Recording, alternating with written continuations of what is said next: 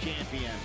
Marty Snyder, Jeff Burton, Steve Letarte, Dale Jarrett joining you here today along with Dave Burns and Kim Kuhn from Phoenix. Man, Steve, yesterday it was an eventful practice for this championship 4. It absolutely was. We didn't know what to expect. A brand new tire, and they came out. We saw a lot of tire issues. The 19, to be honest, really struggled to make a whole lot of laps. They had issues with some flat tires. And the 5, the 11, and the 24, Jeff, I thought they all looked really good. So I think this is going to be an impressive battle. It starts today in qualifying.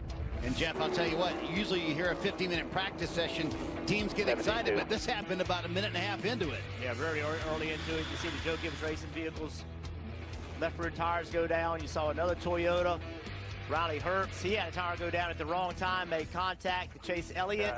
He said he felt like something was happening, so he pitted. 99 car, Suarez with a left rear down. Kyle Busch with a left rear down. And that got everyone's attention. A lot of teams made changes to their setups, air pressures, trying to eliminate that problem. J.J. Yeley, the first car on the track. Steve, the surprising thing for the tire issue yesterday to me is that it kept happening so late into the practice session. I mean, that Kyle Busch left rear going down was in the final 5 minutes of the session. Yeah, I think some of it was the start of the practice was kind of jumbled up with traffic, and not everyone got clean laps early, and then maybe later in practice they ended up getting clean laps. And if you didn't have a problem, then you probably thought you were safe until you weren't. So I really can't say with any sort of high confidence what we're going to see tomorrow, whether everybody, can they all make the right adjustments, or is it still potentially an issue out there for some of these teams? The Phoenix native J.J. Yeley puts his lap into the books as Riley Herbst takes to the track. Let's check in with Dale Jarrett on the Peacock pit box. And I believe you have one of our Championship 4 drivers, DJ. Certainly do. Chase Briscoe, kind enough to join us before you go out. No, yesterday was a little bit of a tough day for you. Not exactly what you're looking for as you get ready for your first Championship 4 race.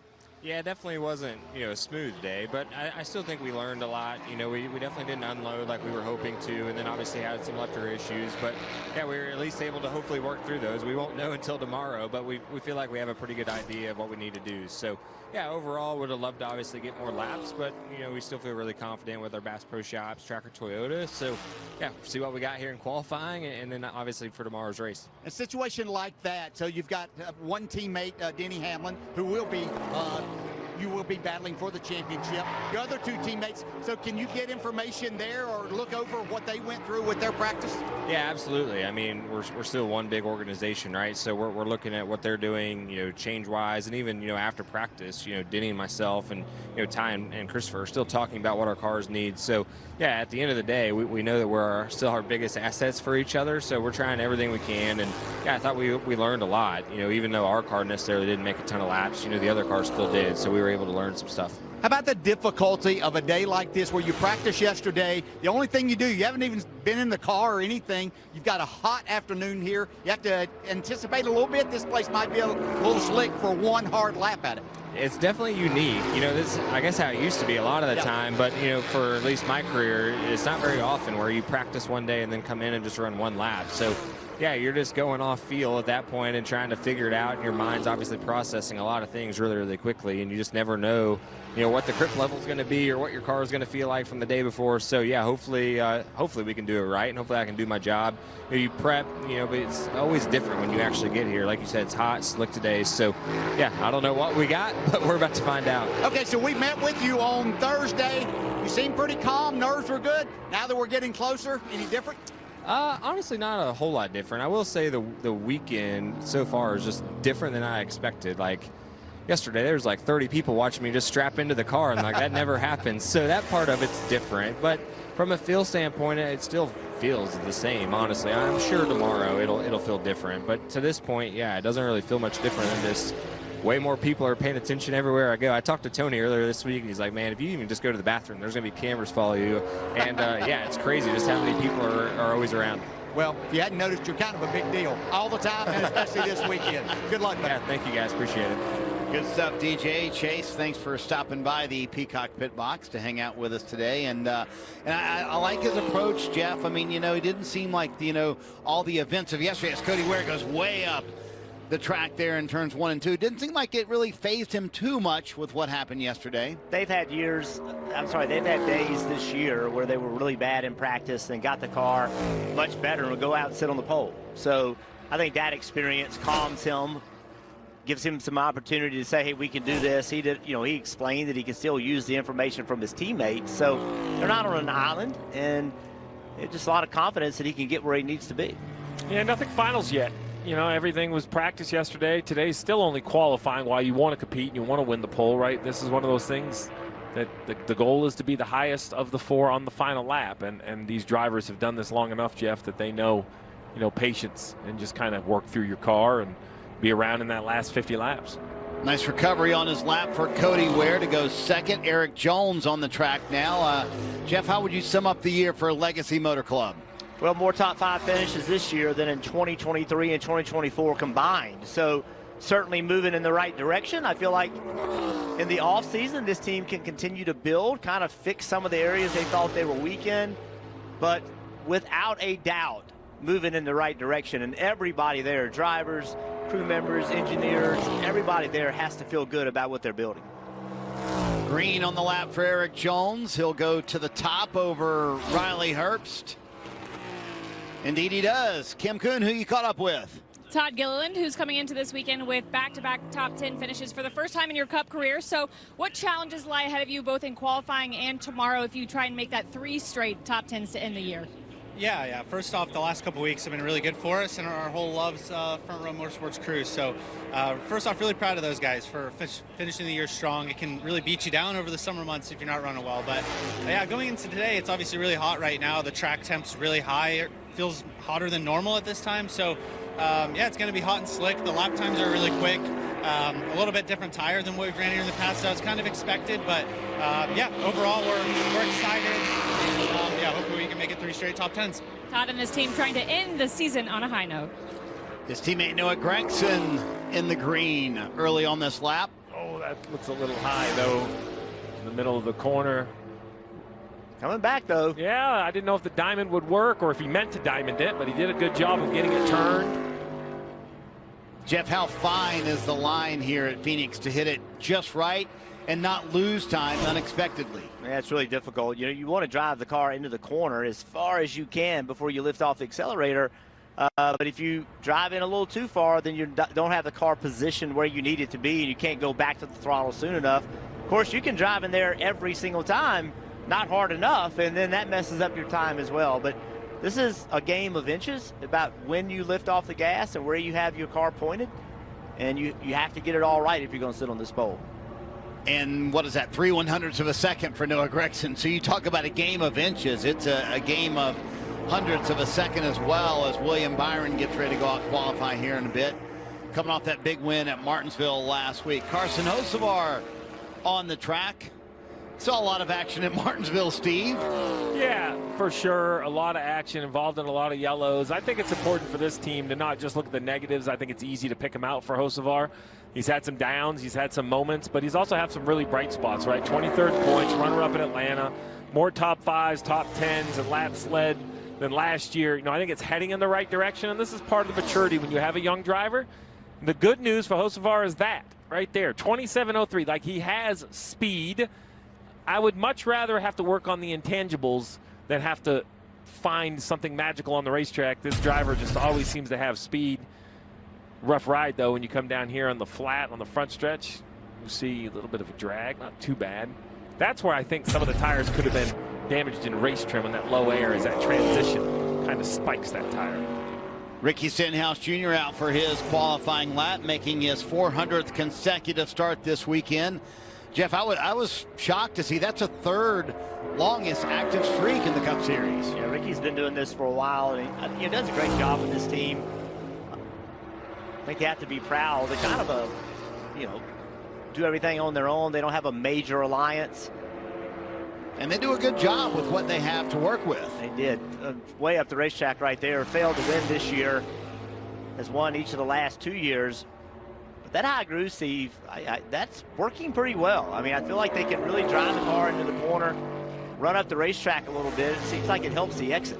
Yeah, down here in 3 and 4, I think right around the bottom. Ricky's making the most of his trip. We saw him on social media. He played golf out at Phoenix Country Club. He was at the Suns game last night, so he's enjoying his time in Phoenix. He's a busy man. Did you get an invite to any of those things, Steve, or not? No, I can't pick on Ricky, though. He drags me to a lot of great golf events. So no, not that time. I think Gillen might have been out there with him, and always a fun time. Ricky's a left-handed golfer and pretty good at it as well. They had a huge crew dinner the other night. We ran into him.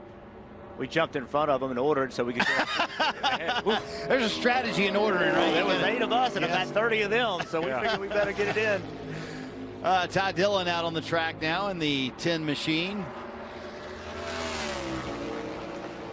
Go back to that in-season challenge played out on TNT earlier this year. Made it all the way to the finals in that, Jeff. Got knocked out by Ty Gibbs in the last race. Little off, up 0.3 of a second. Oh, I tell you, this down to the apron. It actually turned okay down there. The middle part of this year, this team did show some good speed. Yeah. It really did. They kind of fell off lately, but I think they can go back and look at that and try to build on that coming into next year.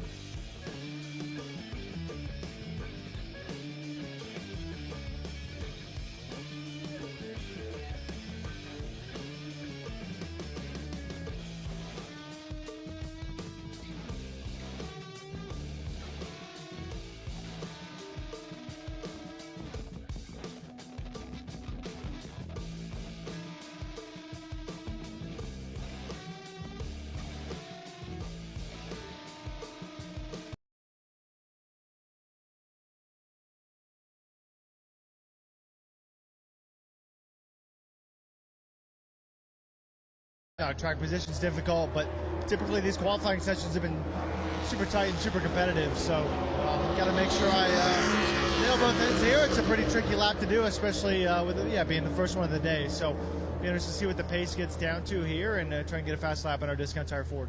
All right, we've been talking to drivers about what happens after this weekend. So for Austin Cindric, how much from Monday on is actual off-season and relaxation? How much of it is non-racing season and you working? Well, I get about 5 days. I'm going to stay down here, golf a little bit, and then from there I'm going to go to Australia and race Street Supercars. So I feel like I'm just kind of getting my second wind here. That's going to be a really fun adventure and really learn what's going to take to be able to run well in those cars in that series as they kind of get to the end there. So I pretty much spent an entire month down there in Australia, so it should be a lot of fun. There you go. No non-racing season for Austin Cindric. He's going to keep that. Was looking for 27th in points, 5 top 10s on the season. He's had some tough breaks, nearly flipped over at Kansas, but he knows he's coming back, as all 3 of the drivers are for front row, so they hopefully can just build into next year. Kim, I've heard you are catching up with one of the Championship 4 drivers. Yeah, arguably the Championship 4 driver with the most momentum after his Martinsville win. That would be William Byron. But as we focus on Phoenix, obviously qualifying amplified the importance of it being a Champ 4 driver. You've won the pole twice here. What does a perfect lap in qualifying look like at Phoenix?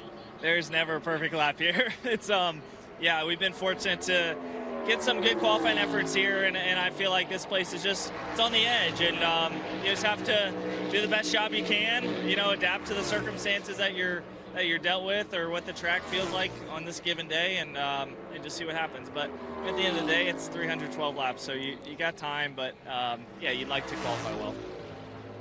I found it interesting, Jeff, what he told us on Thursday. He said he felt like for the Championship 4, qualifying maybe wasn't as important because the Championship 4 get the first 4 selections of pit stalls no matter where they qualify in the field. Yeah, and where you finish is all that matters, right? You're not chasing stage points. You're not doing any of that. So it's just where you finish. Chris Buescher, second fastest.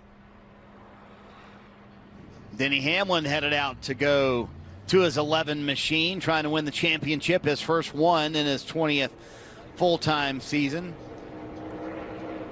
Steve, do you like that the Championship 4 get the first 4 selections of pit boxes? I do. I believe that, all the cars need to be out in the race, and they all should have a hand in who finishes where. But I believe when it comes to the little things like pit stalls, these 4 have earned the right to go first. They should all have had an opening in or out, which hopefully should clean it up. There's the boss. Mr. Hendrick is here. We haven't seen a lot of Mr. H around the track. Awesome to see him out here in the desert for this championship race. What a cool paint scheme for Daniel Suarez this weekend. His final run for Trackhouse Racing. Justin Marks was interesting this week, Jeff. He said, this is going to be one of the most difficult weekends of my professional career. Daniel's been with us 5 years. We've been through so much together, and he really helped us build what Trackhouse is. Yeah, it is always difficult. Daniel using all the racetrack. As you said, going to Spire next year. And it's difficult when you make a change, even when things aren't going the way you want them to performance-wise, there's still relationships that get built. A lot of respect between he and his car owner that you just talked about. And, yeah, I mean, it's business decisions happen in this sport. I think Daniel's ended up in a good place. There's times that both parties can win, right? There's opportunity for that. Michael McDowell taking the track in the old Tide ride. So, DJ, I want to ask you, you won your championship over a season long, gaining points all year long. So how is the pressure different in this one race scenario with this Championship 4? The pressure is immense, and these drivers, as we talked with them Thursday in a very relaxed setting, they were deflecting a lot of that. Oh, Michael McDowell up out of the groove there. Yeah. Down in turns 1 and 2. But, yeah, you try to deflect as much of that as you can, but deep down inside, it is there. This is your opportunity to win a championship. The only one that has experienced that in the Cup Series is Kyle Larson of these 4 drivers. But it's difficult. The good side of it is they've had 9 weeks of pressure throughout these playoffs, but every single weekend there is pressure as a Cup driver to perform. You're either battling to try to get a win, you're battling to try to get as many points as you can to up your status as far as your ride goes. So there is pressure all the time. But when tomorrow comes, I'm telling you, tonight, there's not a lot of good sleep to be had. You're thinking about everything that you want to do and want to accomplish and what tomorrow could mean if you're that driver that can win this championship. So a lot of that, it will go away once they strap in. Once that green flag falls tomorrow, then they're all business and at work at doing what they know how to do best. Yeah, certainly a life-changing moment at hand for a driver. Speaking of having your hands full, Jeff, walk us through what Michael McDowell's dealing with. I feel like he was loose on corner entry. It looked like the back of the car was sliding around, and that just didn't enable him to turn the car and get it where he needed to get. His teammate Justin Haley in his final ride at Spire with his qualifying lap. Headed to Colleague to run in the Dodge truck program next year, Dave. He is, and Denny Hamlin getting ready to do his thing here in the 11 car. Dale Jarrett, our champion, was just talking about how the pressure's on you guys every weekend, but this weekend maybe a little bit more. How do you deflect and get over it? I mean, enough repetitions shouldn't make you nervous, so yeah, I had quite a few repetitions at this. So I kind of know what to expect and certainly know qualifying's important, practice is important, all those things. But I still think in the end, a good car on Sunday is what's really going to matter. And hopefully we get our job done today, get us up there towards the front, and if we can do that, we'll race from there. Good luck on that today. Denny was 5th quick in practice yesterday, guys. Yes, Steve, what did you see from the 11 car yesterday? I thought just a, good, quiet performance. In a very messy practice. I thought that kind of avoided some of the disasters. They didn't really have any tire issues. They got a couple long runs in. I thought that their speed looked really good. There's a lot to unpack. Tomorrow will be different, but I didn't see anything they should be concerned about on the racetrack. Now, there was some radio conversation about potentially a clutch issue or this issue. Whether that turns into something, I don't know, but normally it wouldn't even raise my attention. But this team has been plagued with mechanical woes. So the fact, especially in the playoffs, Steve. Yeah. So the fact that he has any sort of mechanical question or concern that has to be said over the radio did get my attention more, Jeff, than perhaps it would if all of these hadn't already taken place. Yeah, and it makes you just nervous, right? Coming into a race like this. This is what Denny fears the most, right? He feels like he and his team are capable of winning the championship from a speed standpoint, from an execution standpoint. But these things can derail you. And it's what I think all of us fear the most as competitors is things like this, because in many cases, you're not in control of it. Yeah, I talked to Chris Gale. He said they've led the clutch, and they feel pretty good that it'll be fine for tomorrow. So we'll see what happens with that 11 machine. And then he has said for weeks, I'm confident we'll have the speed. Can we just have the execution and everything just stay together? A moment ago, John Nemechek went 8th quickest. Cole Custer now will knock him down. He goes 8th quickest. Yeah, and I'll circle back to that conversation. Selfishly, as a race fan, I want this to come down to human performance. Now, I'm okay if somebody's car is faster than one another. I'm good with that. That's part of humans, right, that have set the car up a certain way. But I don't want to see a mechanical thing in any of the four. I want to see them all on the racetrack, showcasing their skills. I want to see the crew chiefs showcasing their skills, the pit crews showcasing their skills. I don't know. I'm selfish. I think the race fans should be selfish. We don't see these 4 guys race it out. I will say this. A part failure is a part failure that may not be controlled, but this is a team sport. And, the cars have to be prepared properly. And, many times it is a human error and why things don't make the end of the race. So, the drivers obviously received most of the attention, but there is no question the champion gets crowned tomorrow. He and his team will deserve it. It won't just be the driver. Brad Keselowski putting in his qualifying lap. Steve, how would you kind of sum up the year for RFK? Well, their expansion from 2 to 3 teams I think was a success, but at the cost of some of the other cars. I thought Brad had a really nice second half. Think of that, he has 12 top 10s this season, but only 2 of them came in the first 16 races. So it was just slow out of the gates for the 6 car. Once they kind of got back to form, it was the 6 that I think we all expected. I thought it hurt Buescher, who, Jeff, as you mentioned, missed the playoffs for the 2nd year in a row. I just think expansion is difficult. So I give him a good grade on adding this 3rd car of Ryan Preece, but it was at the cost of, I think, the early season success of the other 2. And honestly, Preece in the 60s has been the best car for them over the last month or so here closing out the season. It is so difficult building a 3rd team, just getting it staffed. right? Not much less getting the right group of people all together. It's just a huge challenge. Well, building a third or trying to compete for, you always have one you need to get faster, and the 48, I think, would be that car for Hendrick Motorsports, why they were able to make the playoffs.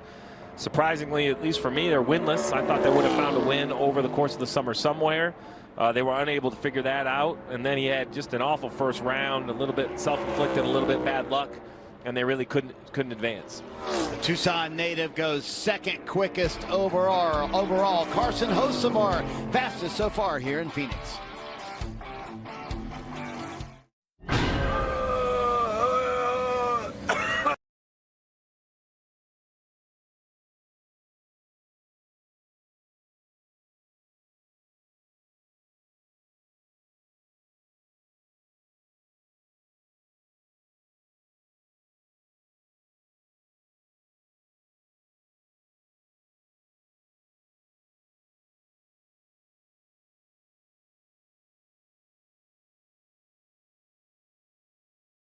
And race trim, so not a whole lot of complaints all around, but just more time to prepare, more time to look at all the small details that matter, especially on a day like today.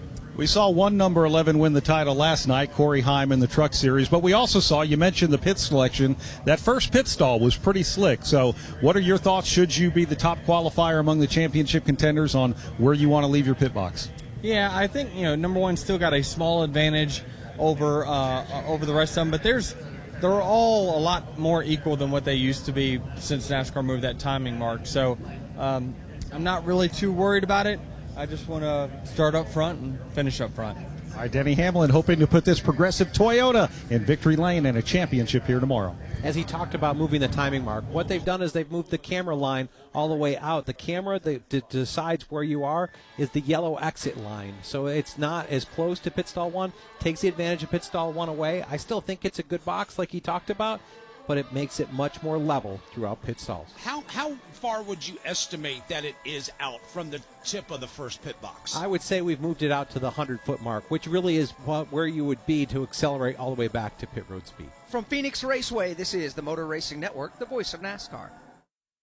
Do you have $10,000 or more in credit card debt? Are you barely getting by making minimum payments? With credit card debt reaching all-time highs, National Debt Relief is letting everyone know about great debt relief options now available to help people with overwhelming credit card debt. These options may reduce a large portion of your credit card debt. Get a free debt relief consultation when you call 800-212-2828. 800-212-2828. That's 800-212-2828.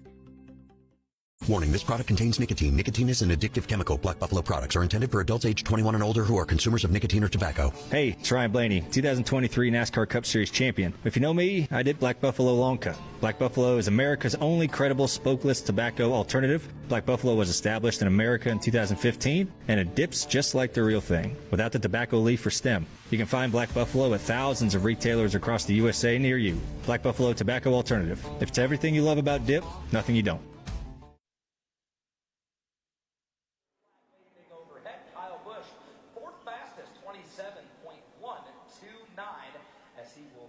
Back here at Phoenix Raceway as we continue on in pole qualifying for the championship race.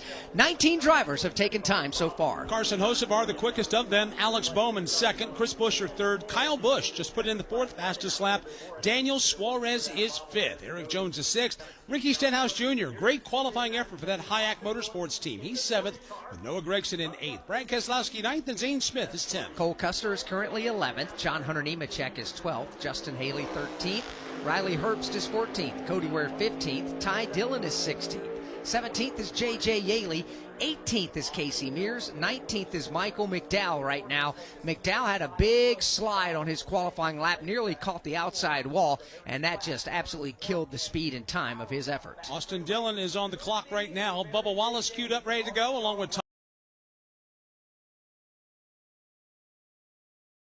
Has probably been through a little bit more than most. So, yeah, I'm ready for this weekend. My car has felt good. So proud of everybody on our HendrickCars.com Chevy. And, yeah, just got to execute one good lap here and, set ourselves up well for tomorrow. So, yeah, don't really know what to expect yet. I haven't ran a hard lap really yet. So, yeah, we'll see. With Steve, Austin Dillon had his hands full coming to the green, didn't he? Yeah, it was busy early for the 3 and kind of got behind early and was never able to make it back up. Team won at Richmond earlier this year. Bad news for Austin, there's only one Richmond race on the schedule again next year. I will see, though, this tire, you know, I think it's supposed to lose a lot of speed as we run. That's what I'm expecting, and that seems to be Austin's strength. So we'll see if that helps his Phoenix effort. Indeed, certainly fits his style. Anytime you see that tire wear, Austin Dillon's pretty good at that. Here was his effort coming to the green, Jeff, and you kind of stood back and said, whoa, when this happened. It looked loose to me, like right there. Like the back of the car just wasn't settled. Bubba Wallace with his qualifying effort. Steve will all remember that Indianapolis win. And, man, he had to beat some of the best in the business to make that happen. Had to beat some of the best and then was able to celebrate it with his young son. It was really a special moment. One of maybe my favorite moments of the year, just seeing him on the front stretch at Indy, soaking it all in and the emotion out of the driver. And really, I think he took that win and propelled himself into one of the best playoffs we've seen out of this 23 car. I think, you know, good things are ahead for Bubba Wallace and this organization. And I would argue, Jeff, maybe the best driver at 2311 this year over his teammate Tyler Reddick. Well, I think that's what's impressed me the most is everyone in this sport believes Tyler Reddick is one of the fastest race car drivers we have, and Bubba Wallace has at least matched it, maybe surpassed it. So I just think Bubba has a lot to be proud of. I know that was not the qualifying effort they were hoping for, but I think a positive year for Bubba. Here is that Indianapolis win we're talking about. I mean, look at all those guys behind him. You got Denny Hamlin, Kyle Larson, and Bubba made it happen on that restart, Steve. Yeah, and it's one of those tracks that without execution, it's really easy. You mess up one of the corners, you can lose it really quickly. He pulled it off and then impressed us all with the celebration and then the beautiful, beautiful kissing of the bricks. So much fun if you're able to take part in that. And the other thing of that, Steve, there was a whole fuel-saving aspect to that, too. I mean, he had to manage fuel that entire last run at Indy as well. Yeah, there was a lot going on in that final run. I thought it was going to be that was going to decide it. In the end, it ended up being that short sprint to the finish. You see Todd Gilliland here, a couple tenths off, looking for continuing the streak. He had back-to-back top 10s. He had that second at Talladega. They backed it up with a 9th, though, at Martinsville. Really ran up front or in the top 15 all day at Martinsville. Yeah. Been very impressive the last couple of weeks, has Todd Gilliland. So, DJ, there is the aspect of 4 drivers running for a championship tomorrow. How do the non-playoff drivers who have to race around them, like a Ryan Blaney, who's won here at Phoenix before, have to manage themselves around the championship drivers tomorrow? Yeah, I think that's another unique aspect that we have in NASCAR and the playoff system and how I go about crowning the champion is, you know, they've got to encounter and deal with the rest of these drivers. You talked about Ryan Blaney, who knows how to get it done here. Not sure that he's not probably the favorite to win the race tomorrow. And so you have others like Ty Gibbs, who is very fast, looking to get that first win. Austin Cindric has shown speed here, as well as his teammate Joey Logano. So you're going to have to deal with them. And you know, I think what the championship board know is, look, we're going to have to encounter these drivers sometime. Probably some differing strategies along the way tomorrow, depending on when the cautions may fall. But they expect that they're going to get a lot of respect from these guys. They're going to be raced hard, no doubt. But you can race hard and still have that respect. And, you know, it could be that tomorrow, of all the years that I've looked at this, it might be that a 3rd or 4th place finish is good enough to win the championship tomorrow. But I also won't be surprised whenever the winner of the race is our champion once again. Steve, what I learned there is that the Hall of Famer speaks and things happen. Austin Cindric to the top, just as DJ said, he's had a lot of speed, but this is going to be a driver that Cindric's going to have to dodge, Ty Gibbs. Yeah, Ty always seems to find a little bit more speed out of this 54 when it matters. I was wondering how fast it was going to be today. In the spring, it was like a 26.93. While the temperature's a little warmer, I do believe that the tires should have a little bit more short run speed, so I expect it to be, you know, more, I was thinking more like 26.70, but that's a big 3/10 pickup from where they're currently at, so they might not get that fast. Man, his hands are active, Jeff, and you saw him kind of hit the wheel like he felt like he messed that up and kind of doing it again there. I think Ty wasn't very happy with the back end of that lap. Yeah, that wasn't, you know, 13th fastest so far. Certainly wasn't upset with that lap. You can see his hands. You mentioned it, how busy he was in the car. Kim, we talked about how good Ryan Blaney should be tomorrow. How's he feeling this afternoon? Let's find out. Yes, a win here would be bittersweet being outside the championship four, but also it would be welcome because 4 times you finished runner-up. We talk about the strength of Team Penske at Phoenix. What is it about this racetrack that you have figured out? Yeah, I think just as a whole company, we do a really good job here, and just kind of the mindset that we bring. So, you know, the shorter tracks just kind of fits this place, and it's boded well for us. And but yeah, I'd like to get my first win here, and I won't be very upset. You know, you're still gonna be happy that you won the race, and obviously you wish, you know, you're fighting for a championship, but the goal is try to do the best we can and win and get forward in victory lane and Menards, Dutch Boy, and everyone who helps out in this group. So we're gonna keep fighting, you know, that's for sure. So I can't say enough about this group. It'll be a fun race tomorrow. I think the new tire is really unique, and a lot of fall off, and you're gonna have to take care of it. So that'll be good. Hopefully everyone enjoys who tunes in. Shane Van Gisbergen will go 19th. Breaking news, Steve, SVG will be the Rookie of the Year in 2025. Yeah, I would hope so. We could have decided that in April. I would hope so. Yeah. I will say, while he'll be known for all those amazing runs at the road courses, I will also give him the most improved at the ovals. And I think that's something to be said because, you know, he doesn't get a lot of laps or a lot of time, just a little bit of practice and then races. But, Jeff, I think that he is really holding his own. Well, think about this. He won 5 races this year.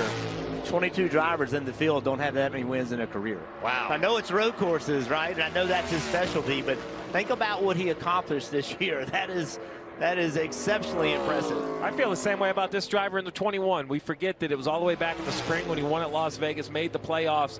The playoffs just, you want to talk about bad luck. Yes. You know, wrecked on their own in Darlington, but then got wrecked. A couple back-to-back last place finishes for this team, but I was impressed right out of the gate that speed Josh Berry had in this 21. For sure. And this racetrack in the spring, one of those tracks where he was so impressive, Josh Berry winds up going 3rd. And I think people talk about how good Team Penske should be tomorrow here at Phoenix. You got to throw Josh Berry in that category as well. Really ran the entire day here in the spring in the top 5, Jeff. So he could be one of those drivers who could threaten for the win of the non-playoff drivers. Austin Cindric still quickest in his Team Penske machine. Tyler Reddick going to go for his qualifying lap. Steve, I don't know where to sum up the year for this 45 team. Winless this year after having won 2 or more races the last 3 seasons. How would you kind of describe this year? Man, he's got his hands full coming to the green, doesn't he? I think the whole year was a little bit like this qualifying lap right here. Like it should be just a little better. And then at times it has hope. I mean, look at this. It looks kind of ugly from on the onboard camera, but the speed isn't crazy. He intentionally ran up the racetrack, almost like you do in a 1.5 miles, just making the track as wide as he could to build as much front straightaway speed.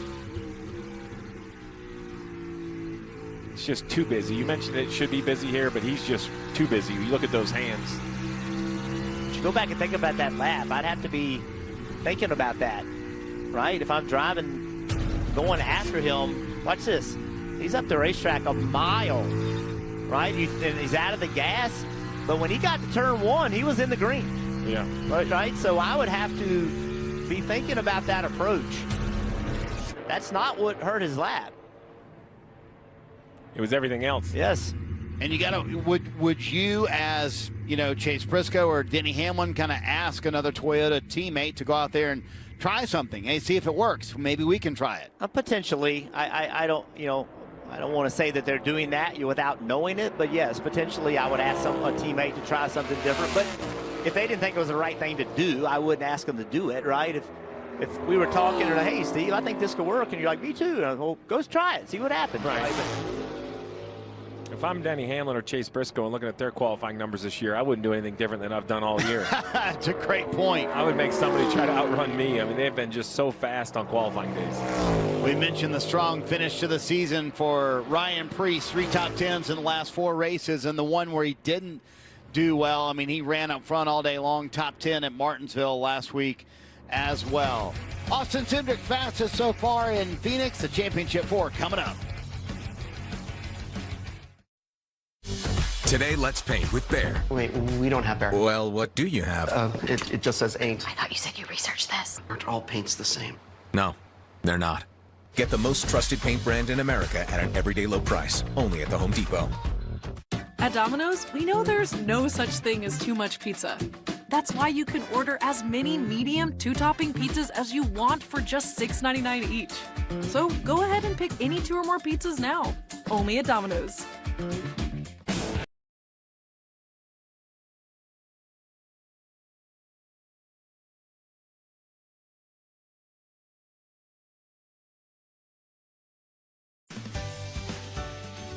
Every time the siren sounds or lights flash, someone's life is on the line. At Whelen Engineering, we know first responders carry that weight every day. That's why for over 70 years, we've led the emergency warning industry, designing and manufacturing the lights, sirens, and safety systems they trust right here in America. Because when the mission is critical, there's no room for second best. Whelen Engineering, trusted to protect first responders.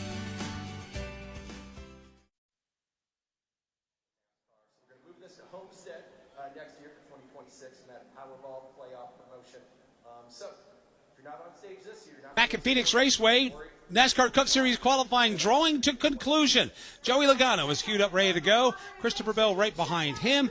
And then qualifying will be over for the 2025 NASCAR Cup Series season. Alex, it's been quite a season with a lot of drivers winning. There are a total of 14 different drivers. Of course, Denny Hamlin winning the most with 6 over the course of the campaign. You wonder, Denny Hamlin just trying to become one of the oldest drivers to win a NASCAR Cup Series championship. You just wonder sometimes how he continues to adapt to the changing landscape of our sport, Todd. They bring in a new car, what is now the Gen 7 chassis, or the next gen as they called it when it was new. He just seems to not miss a beat. Yeah, I feel like he's adapted well and doing a great job of just continuing to work on his craft and become a student of what he's done, getting better and better. I feel like he's in his prime at this point, and it seems almost counterintuitive to think of that at this age. Of course, a lot been going on, obviously, with Denny this year. 2311 Racing, Front Row Motorsports involved in the legal situation with NASCAR. He added to the family. His son was born in the summer, winning 6 races. Denny's had a lot going on, plus now a podcast star. He has a podcast, Actions Detrimental. So he's been involved in a lot of different things. He was talking the other day that he doesn't have time for things that he used to. He can't play golf as much as he used to, and some of the things away from racing. If he's not dealing with 2311 Racing matters, he's dealing, obviously, with being prepared to drive Joe Gibbs Racing number 11 car. Yeah, it's been, and on top of that, he took a week off to be home for the birth of his son and doing more family things, which is really important for him, and having balance and all those pieces, I think, helps you be successful in these. We'll wait to see when Denny Hamlin gets his qualifying lap in. Joey Logano comes across the line on his qualifying effort. He'll be 6th best so far as Christopher Bell pops the clutch on his Toyota and rolls out onto the Phoenix Raceway. There are a couple of seasons that leave you wondering what could have been. Ryan Blaney is coming up 1 position short of being a part of the championship 4. He finished 2nd last weekend to William Byron, who obviously won his way into the championship 4 drivers. This is another one, Alex, on the racetrack right now. Christopher Bell winning 4 times and also winning the NASCAR All-Star race at North Wilkesboro Speedway, but down the stretch just not having enough to make it a part of another championship run. Yeah, and like we heard from Joey Logano a few moments ago in his interview, mad because he's not a part of this. Christopher Bell and Adam Stevens and that team from Joe Gibbs Racing are not happy that they're not a part of this. And not being a part of the Championship 4, I think, is a major disappointment. They feel like they've got all the tools in place. They have been in the Championship 4 a handful of times. So they have the expectation of being a part of it and being in the mix to win a championship every single year. Sadly, this just wasn't the opportunity. 13th on the leaderboard for Christopher Bell, 27.196 seconds, 132.372 miles an hour. Next up is a driver that a lot of folks feel could disrupt things tomorrow. Perhaps maybe Ross Chastain. Information they can. Here's Chase Briscoe sitting in his car, right? You see this iPad right here clipped to the steering wheel. It's not only probably the television coverage, but it also has the ability to look at others' in-car cameras. It actually has the ability to look at their driver controls as well to see how they're driving the car, right? Chase has all that at his fingertips. So, back in the old school, Jeff, where we get on the radio and ask so-and-so how it drove and all that, I'm not sure Chase needs to hear how the car drove. He's seen enough data and enough laps that he's, I'm sure been loaded by James Small all morning with information, what all the Toyotas have for a setup, and he can watch how they drive. taking every bit of information possible. You can hear riding along Ross Chastain how rough it is when you cross over the apron just past the start-finish line. Remember, Ross Chastain won this race a couple years ago in the middle of the championship battle. Won the Coca-Cola 600 earlier this year in a backup car after obviously starting last on the field. Kind of the highlight of the year for the one team. 8th fastest for Ross Chastain and Trackhouse Racing. You mentioned how rough it is, Jeff. Check it out. I mean, that apron looks inviting on a restart, Jeff, but that's what you got to go through to make it happen. Oh, they're going to be down there. They'll be down there almost hitting the interior wall. Yeah, what were they, 7 wide on the Truck Series final restart last night? Yeah, Corey Heim found a new lane at Phoenix. Not sure it was a lane. Invented it, didn't he? But hey, it won the championship last night. Congratulations to him. Oh, what a year. Everyone at Tricon and Toyota on that championship last night. Led in every single race of the season. That is a bizarre stat. I didn't even know that was possible. Chase Elliott way up the racetrack. He was green until that happened. Yeah, just too much speed. Car would not corner in the middle like he had hoped. So hard. I mean, normally we only have 20 minutes of practice, but then a few minutes later you get to go qualify. These poor drivers had to sit on this all night, come in here and cold turkey, go figure it out. Speaking of last night's Craftsman Truck Series finish, here we go, 7 wide, 1 on. The car on the very, very bottom. The very bottom. That's the guy. That would be 7, folks. Yeah. And Majeski on the outside. Those two are racing for the championship, along with the 52. That was 10th to 2nd in less than half a lap. Yeah, they put on 4 tires. That's how they got to the back. They had track position, and I'll be honest, we were watching it at dinner. I'm like, man, they might have just lost it. What was I thinking? Corey Heim said, no problem. I'm just going to run. I'm going to run. Okay, the racetrack's way up here. I'm going to go right around here, and made it happen. It was 7 wide, as you guys pointed out. So much fun. And I'm thankful for the year he had. I'm glad he had the opportunity, once again, as I was talking earlier, to showcase his talents right around the bottom. This is why he's the champion, and it was a championship-level move. See Blaney off of Cindric over a 1/10 of a second. Can anybody beat Cindric? Dale Jarrett mentioned that the racetrack is just sitting there getting hotter and hotter. Ryan Blaney says, I can. No, he can't hold on to it. So close for Blaney. So far, 27.02. So, DJ, you called it with Austin Cindric. That is what? I need to get to the thousandths of a second here. 8 1/1000ths of a second over his teammate Ryan Blaney. That's pretty close. Yeah, you know, and it's not just the fact that the track temp's getting hotter. They're seeing what these times are and realizing how much they're going to have to push if they want to try to get the pole or beat their other competitors here. So you've got all of that time to put a little more added pressure on you. And it's just part of what goes with trying to be the champion. First of the championship for Chase Briscoe out for his qualifying lap. There is something to be said for what DJ was just talking about. While the pole is great, a backup car would be awful. So you have to temper, I guess, your risk if that's possible. 0.04 of a second off at the end of the front stretch, though. So Cindric obviously got to the green really well. Remember how chaotic. See, making a brake bias adjustment. Both ends of this racetrack are completely different, so we changed the brake bias to get the car to handle better on this end of the racetrack. You just heard it. Like, time started to go the right way, and then he had to pause on the throttle. And only 9th. I say only because this is the guy that, man, he sits on so many front rows and so many poles. I think you also have to keep in mind, Steve, if you're one of these championship 4 drivers, what William Byron reminded us of on Thursday. You know, hey, we still get those first 4 pit stall selections no matter what happens in qualifying today. Yeah, you know, they've earned it. I love the idea that we're going to get him out of the fray a little bit. Not a great qualifying effort for Briscoe, but good enough, right? He's going to be in the top 13.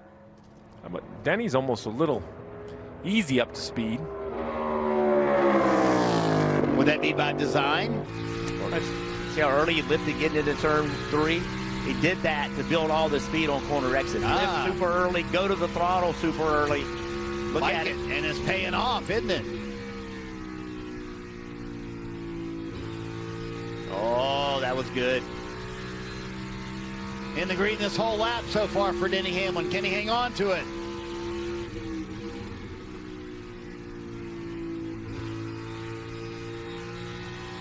Looks like he will. Denny Hamlin to the top.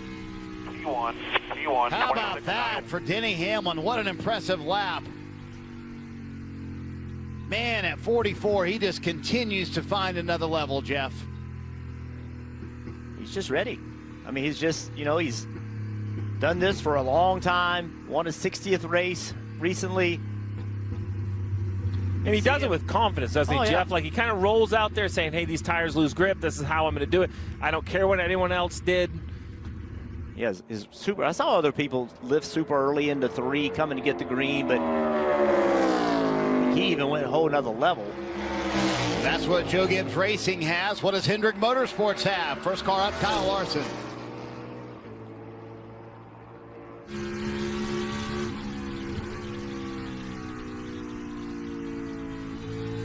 Flashing green there in 1 and 2. Just didn't roll the center as well as Hamlin did.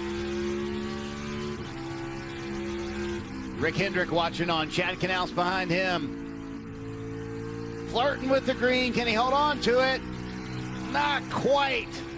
Not quite, but I would say you have to feel good about that, right? Right on Hamlin's heels. The worst he's going to start is 3rd with Byron still to go. So while momentum will be on Hamlin's side, and maybe that first pit stall, if he could stay the fastest here, for Larson, you hate to say good enough, but really good enough in the situation they're in. And keep in mind, the strength in their practice yesterday was a longer run for Kyle Larson. Not normally their signature, but to turn this qualifying lap, got to be pretty happy with that. Riding on board with William Byron, the final car to go out here.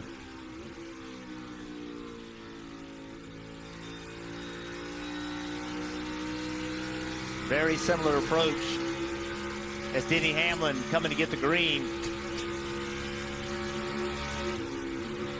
Hamlin watching our monitor on pit road. That's a good lap right there. Can't quite carry the speed on corner exit, but it was really good. Still close enough to get it done. Oh, lost a little bit on corner entry. Byron to the line. Gonna be second quickest. And Denny Hamlin will be on the pole for Championship Sunday, Kim. Yeah, and you saw the excitement out of Denny Hamlin. He's going to congratulate his entire crew as he fights for his first Cup Series championship. I saw the excitement right there. What kind of statement does this make as you search for a championship tomorrow? We're trying. We're doing everything we can, but really proud of this whole Progressive Toyota team. Just, you know, we worked hard at it. We've really been working hard, and hopefully we get the payoff tomorrow. So this is a big deal, having track position. As you look at challenges, though, in the race tomorrow, what lays ahead for you in this 11 team? Yeah, just, I mean, we're obviously going to be in a great starting spot there at this point. And then we got to just make sure we do all the right things. That's execute the entire day, and largely that's going to rest on my shoulders. So I'll do the best I can. Congratulations. Thank you. Denny Hamlin will lead the field to green in tomorrow's championship race. That has to be the most emotion we've seen out of Denny Hamlin in qualifying. I mean, look at that. He's saying all the right things, Jeff, but there's something.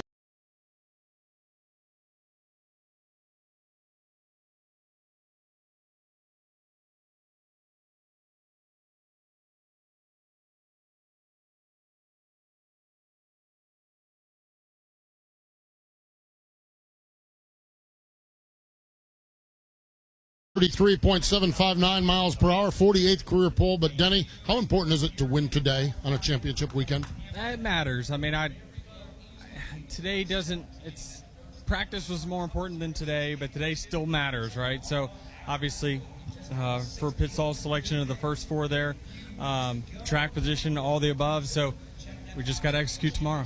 Could you get a little bit of a sense of what you have tomorrow? I know tech was done this morning, and I know you made adjustments for a qualifying run, but how do you feel about your car now as you get ready to go tomorrow for the full race?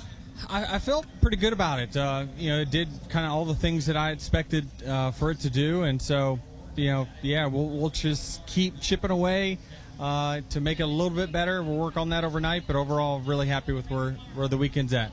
Happy with the weekendettes. That's Denny Hamlin. He's going to lead us to green here tomorrow afternoon. And before he qualified, we had a conversation with him about what does, pit stall one. Brad Gilly asked, said it was slick. He said there's still an advantage to it. It's small with where they move the camera line to because it's 100 feet out in front of it. But that gives them the opportunity to take pit stall one and give them a straight off from there. Let's hear from William Byron with Brad Gilly. William Byron's going to start on the outside pole. You get to look at the pace car when you guys take the green flag tomorrow. How you feeling about this one as you go for a championship? I feel really good. I feel like we're right, where we need to be. Just the qualifying lap's always chaotic here, but I just kind of got through the dog leg, just kind of a little bit. It was a little harsher than I thought it was going to be until my helmet kind of moved around. So I don't know if that made a difference, but overall just kind of had a good 1 and 2. Once the car kind of settled in there, and then 3 and 4, I felt like I drove in about as deep as I thought I could. I got just a little free as I was getting to the bottom.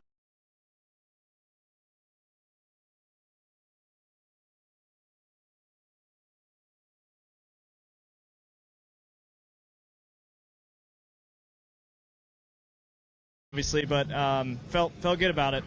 All right, 2 championship contenders will start on the front row. William Byron on the outside pole. William Byron will start on the outside of the front row. Let's give you the full field lineup for tomorrow's season-ending race here at Phoenix Raceway after we check in Steve Post. Kyle Larson down here making his way to the transporter. He has got a mob of people signing autographs, Kyle. Starting spot toward the front of the field. Just how do you feel about your qualifying run and getting set up for tomorrow? For the NASCAR Cup Series for 2025. Also, don't forget the NASCAR Awards Banquet coming up Tuesday for all 3 touring series. That will be on the NASCAR channel. Jeff, should we be surprised that Championship 4 goes 1 through 3 in qualifying? These guys always seem to step up when they come out here, and we see it in qualifying, we see it in practice, we see it in the race. Chase Briscoe, normally a great qualifier. He's still okay. 12th is not what he wanted, but plenty of time to get done what he needs to get done. Kim, William Byron comes up 4/100ths of a second short of being on the pole. Yeah, so close. Front row start, not quite enough to unseat Denny Hamlin for the pole, though. What was the difference maker there in your qualifying lap? I don't know. It was just kind of, it's always chaotic. You're kind of coming to the green with a lot of speed, and then, cutting the dog leg. I felt like it was just a little rougher than I thought it would be through there. And then on my lap, I thought I hit turn 1. Just couldn't quite commit to throttle off both corners. Just felt like I was just kind of right on the edge of grip and didn't want to have a slip and lose pace. So happy with it. I feel like we're right there in the mix, right where we need to be. Good pit stall. So really happy with today. William Byron, a former winner here at Phoenix Raceway. Dave.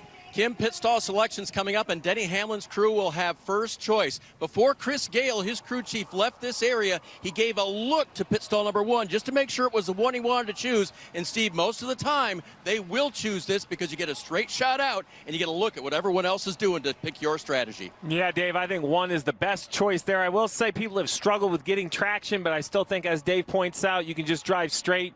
That's the one the pole sitter will choose. Denny Hamlin on the pole for Championship Sunday. The last time he won the pole, Las Vegas. Earlier in the playoffs, he went on to win the race that day. Can he do it tomorrow? We'll find out on NBC Sports. We'll see you tomorrow evening for the championship race.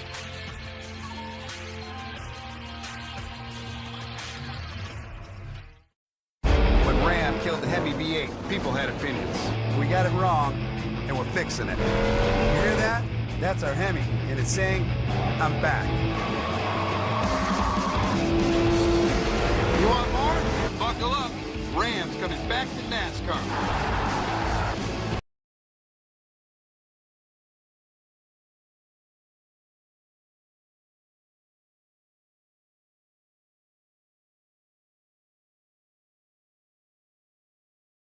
To the Motor Racing Network, solely for the non-commercial use of our listening audience. Any use of the descriptions and accounts of this event without the express written permission of the Motor Racing Network is prohibited. This broadcast was directed by Ryan Horn, broadcast engineer Andy Tebow, studio engineer Andy Pachenik, audio engineer Craig Moore. The president of MRN is Chris Schwartz. Follow NASCAR every day at MRN.com. This broadcast was a production of the Motor Racing Network.